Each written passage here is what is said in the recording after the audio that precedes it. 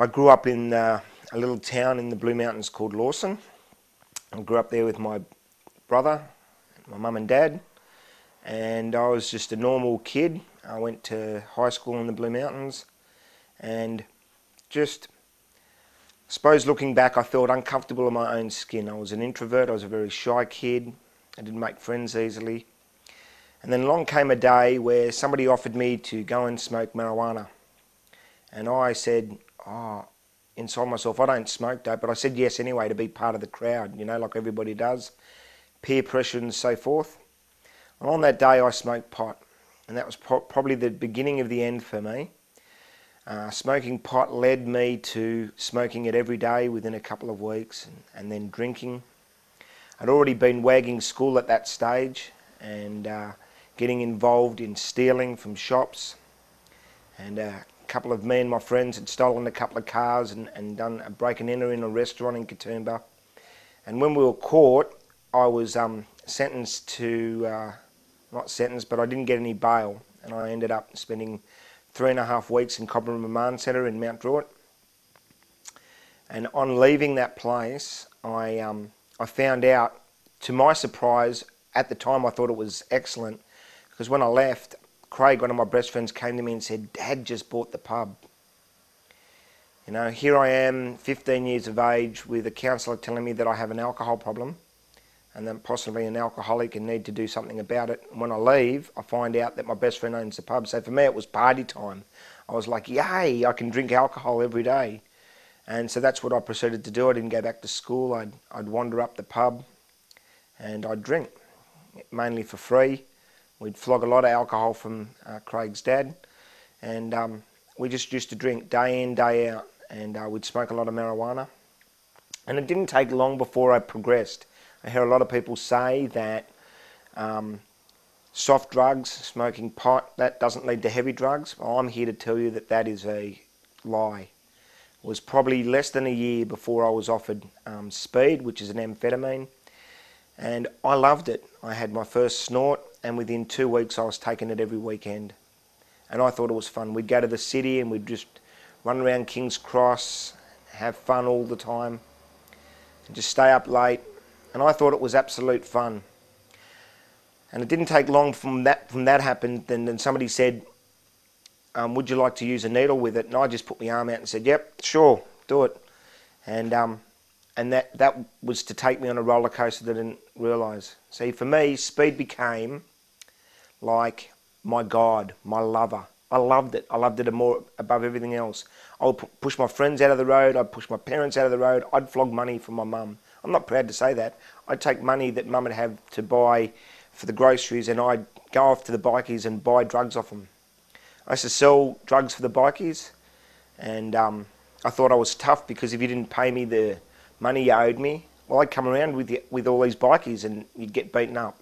And there was power in that, you know, there was sort of an authority in that I liked.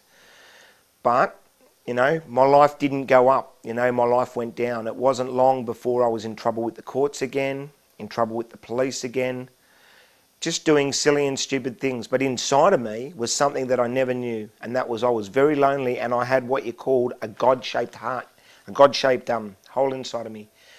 I was searching, you know, I was trying drugs, I was trying alcohol, I was out there and I was having lurid sex with any woman that I would find, you know, and I would just take them to bed and I wouldn't think much of it, and I wouldn't treat them very nicely before or afterwards. It was just about me fulfilling my own sexual desires. And that's the life I lived. I continued to live that lifestyle and continued. When I got a bit older, I started to take acid, which is trips, and I really enjoyed that at the time, but it mucked my mind up a lot. You know, we'd drop a trip and we'd get our push bikes and take some speed and go down to Sydney and ride around Hyde Park all night, and we thought it was absolute fun. Ride about Hyde Park all night, trips and speed and smoking pot. And what we do is when we get in trouble with the law, and I got many charges and don't have the time to go into that, but when we'd have to go to court, it was back in the days when the pub had shut at 6 o'clock at night. So what Craig would do is, his mum and dad would be out having a few drinks and dinner with somebody else. He'd get the keys to the bar, and we'd go in there and we'd we'd have games like who can stick their head under the Foster's tap for the longest. And we'd do that on a Sunday night before court, you know. And I never realised that God was in my life at this time, because I'd go to court and Mum and Dad would come along and they'd bring their minister, their pastor alongside, and they'd say these religious prayers, which I at the time believed were just a load of dirt. And then the magistrate would give me a suspended sentence or a deferred sentence, and I'd think, yay. Now you'd think that I'd go back to church that week, but no, I'd go straight to my mate's place, straight to the caravan behind his house, and we'd just pack another bong and start drinking and get right into alcohol and drugs again. And that was the lifestyle I lived. You know, it just kept going like that. It kept getting worse and worse, you know, and I just met people that were dealing and selling speed, and that's all I did, was I dealt drugs for a lot of years and drank a lot of alcohol. I used to go to the local bottle shop and I'd buy a litre or 2 litres of alcohol, 2 litres of whiskey, Jack Daniels a day, and I remember having arguments with the guy in the bottle shop. He's saying, you got a problem with alcohol. And I'm saying to him, just shut up and bite, give me the bottles. Now, it's a bit silly when you go in there to spend money and the guy behind the counter is worried about how much you're drinking. But I couldn't see it. I couldn't see that me, of all people, may be an alcoholic, may be a drug addict.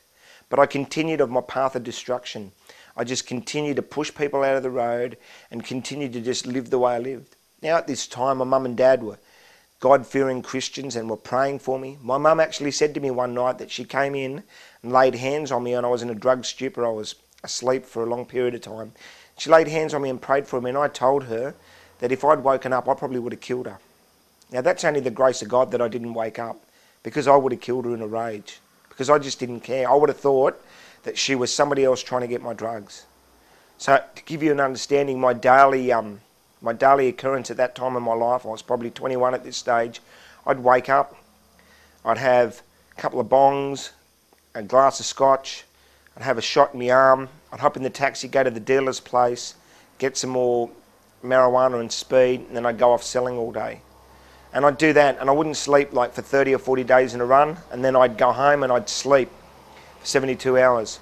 Now, because of the guilt and shame that I had within myself, I felt so bad about being at Mum and Dad's place, because they loved God and all that, that I actually couldn't live there. So what I'd do is I'd go out and party, and I'd come home at 3 o'clock in the morning and I'd have a shower and a shave and get some stuff and eat, and then I'd go out again so I wouldn't have to see Mum and Dad. And because I was so guilty and shameful about my lifestyle, you know, and in this lifestyle, of course, I, you know, just tried anything that was available, you know, and I loved being on the edge, you know, and I loved driving cars fast and riding motorcycles fast. And, you know, as many times that I thought my life would be taken from me, and it wasn't. It was like the hand of God was on me, but you know, I wasn't doing what God wanted me to do, and I didn't realise there was a God in heaven. And it took a long time for me to realise that. And what happened was that basically I got to the stage in my life where I started to contemplate death. And death became my friend. And what I mean by that was it was like my shadow. I'd think about dying, I'd think about suicide more than daily, maybe hourly at that time. I became very lonely. I'd have lots of drugs, and nobody would want to come and use drugs with me. So I'd sit on a bridge and I'd count cars. You know, I'd come up to the pub and say, hey, what did you do this week? Oh, I counted, you know, 4,780 cars the other night. And I'd think it was a great story, a great drug story. And I also remember me and my friend Greg had all these drugs, right? And in the middle of the night, we just stayed up, you know, in his bedroom on this speed for 72 hours, and it took us 48 hours to realise we can walk to the bathroom and get the stereo and listen to some music. And we thought that was a good story. Now looking back, that's silly. How much fun's that? That's no fun at all. My life has changed, and that's what I want to tell you about. What happened for me was, I came to the stage in my life where I was so bored with drugs and alcohol, and I was speeding every night, that I stole some guy's push bike from just up the road. And I stole this push bike for no other reason, just for something to do. Anyway, I was riding on this stolen push bike from Lawson down to my dealer's place one night. I got this racer, it was white, and I covered it in black electrical tape, and I had borrowed some clothes, so I had black shoes on, black slocks, black tracky pants, black t-shirt, black sloppy Joe, black balaclava rolled up, black fingerless gloves, about 1 o'clock in the morning, rainy night. fog, Blue Mountains weather. And as you can imagine, I was very drunk because I hadn't had any speed. I used to use the speed so I could drink more. So this night I'm riding along on this push bike, and give you a bit of background, I'm riding along because I'm in love with this lady who's a prostitute, but we've never really had sex. So it was a weird relationship, so I'm going to get some drugs for me and her.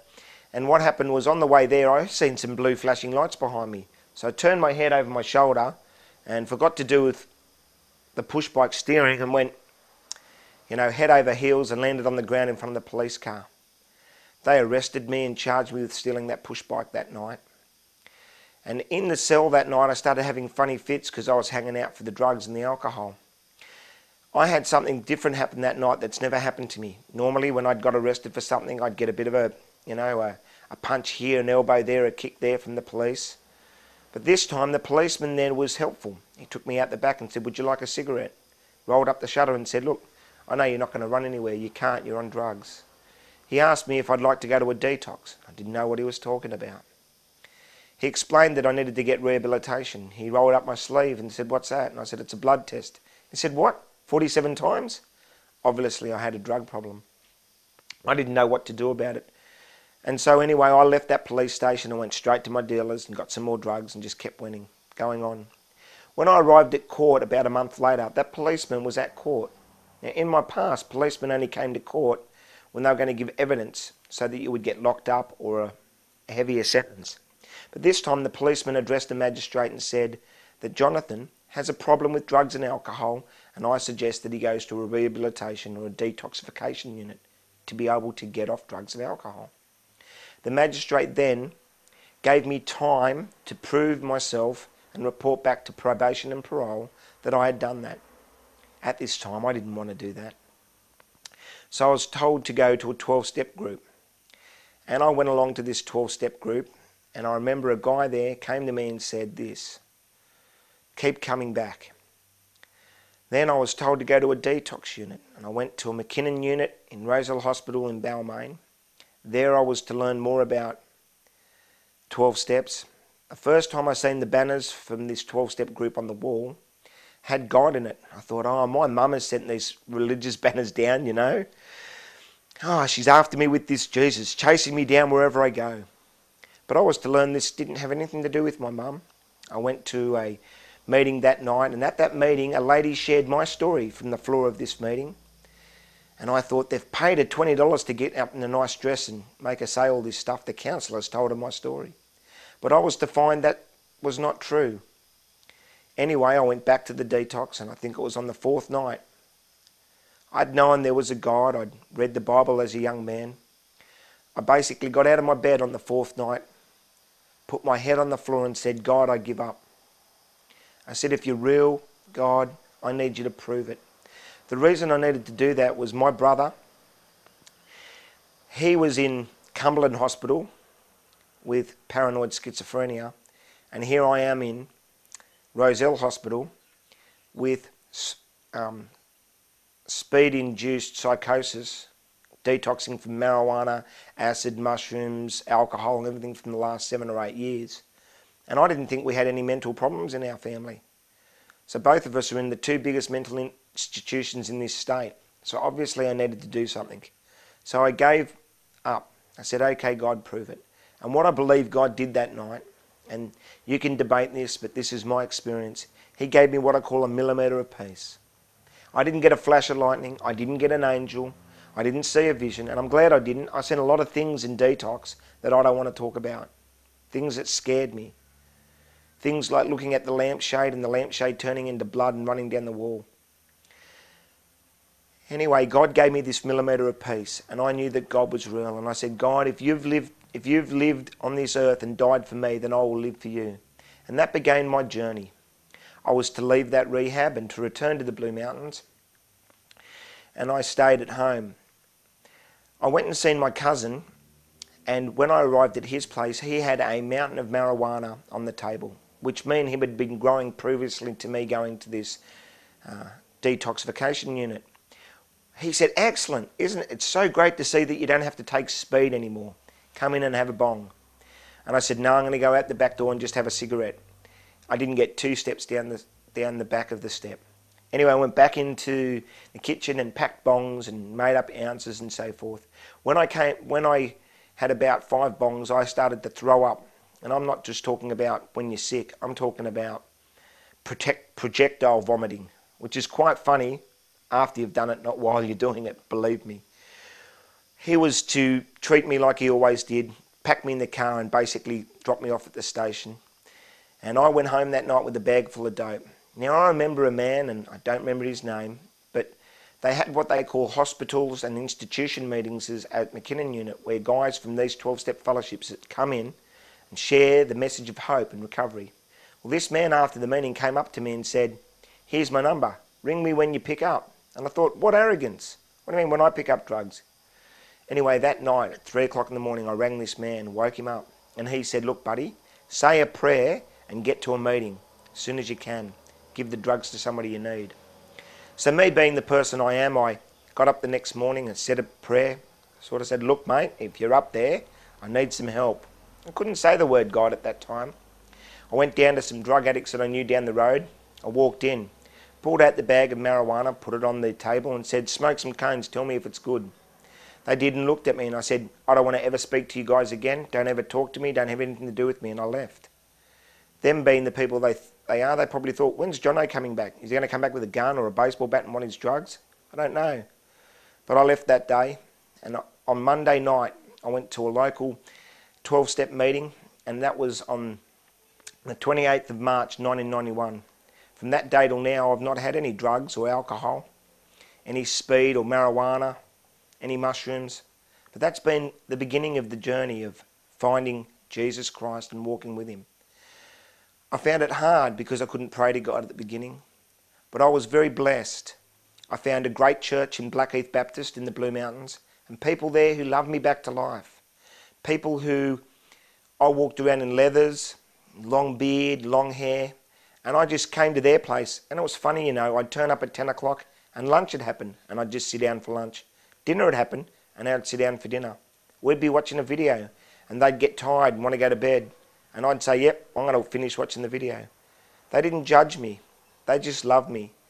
They were people that were quite wealthy and knew a lot of people in the TV and movie industry in this country. And they'd have visitors and guests, and they wouldn't ask me to go away. They'd just introduce me as one of their close friends. And today they're still my friends. They know who they are. And I want to say, guys, I love you. And I just thank God for people like that that just love me back to life. You know, it's been a long journey for me. And some days, even today, the devil tempts me with drugs and alcohol. But I want to tell you that you can be free from drugs and alcohol, free from your life, and that Jesus can set you free. See, God called me and set me apart to share my message with the world, that people can be set free by the blood of Jesus Christ. God set me free. He did a miracle. You know, it's a miracle every day that I don't shove a needle in my arm, that I don't drink, that I don't smoke pot, that I don't go and steal somebody's car. And I know that today. I know that it's a miracle. I know that God is real. God saved my life. He changed my life. I put it to you like this. Jesus loves you so much. He cares about your life. He just wants to come in and change your life. He doesn't want you to wear a suit or do this or do that. So at the end of this, while I'm winding up, what I want to say to you is, when it's dark at night and you're lying there lonely by yourself and you're wondering if God's real or not, why don't you ask him? He'll show you.